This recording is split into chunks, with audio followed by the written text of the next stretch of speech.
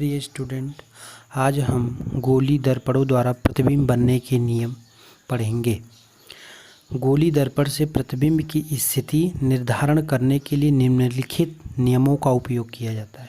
पहला, जैसे गोलीय दर्पण के मुख्य अक्ष के समांतर आने वाली प्रकाश की किरणें परावर्तन के पश्चात मुख्य फोकस से होकर गुजरती है।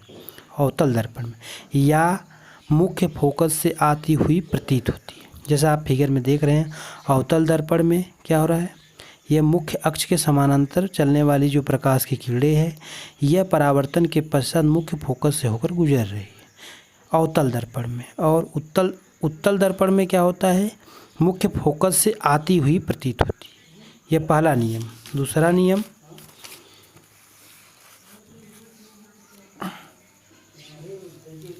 दूसरा नियम देखिए, गोली दर्पण के वक्रता केंद्र से जाने वाली प्रकाश की किरणें परावर्तन के पश्चात उसी मार्ग पर वापस लौट आती है। जिसे ये देख रहे हैं उत्तल दर्पण है, अवतल दर्पण है।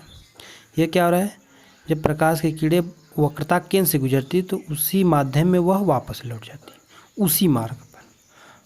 और उत्तल दर्पण में भी। तीसरा, गोली दर्पण के मुख्य फोकस से होकर जाने वाली प्रकाश की किरणें परावर्तन के पश्चात मुख्य अक्ष के समांतर हो जाती है।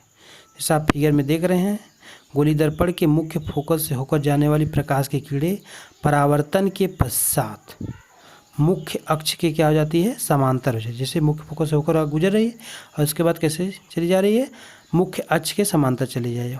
अवतल दर्पण में उत्तल दर्पण। धन्यवाद।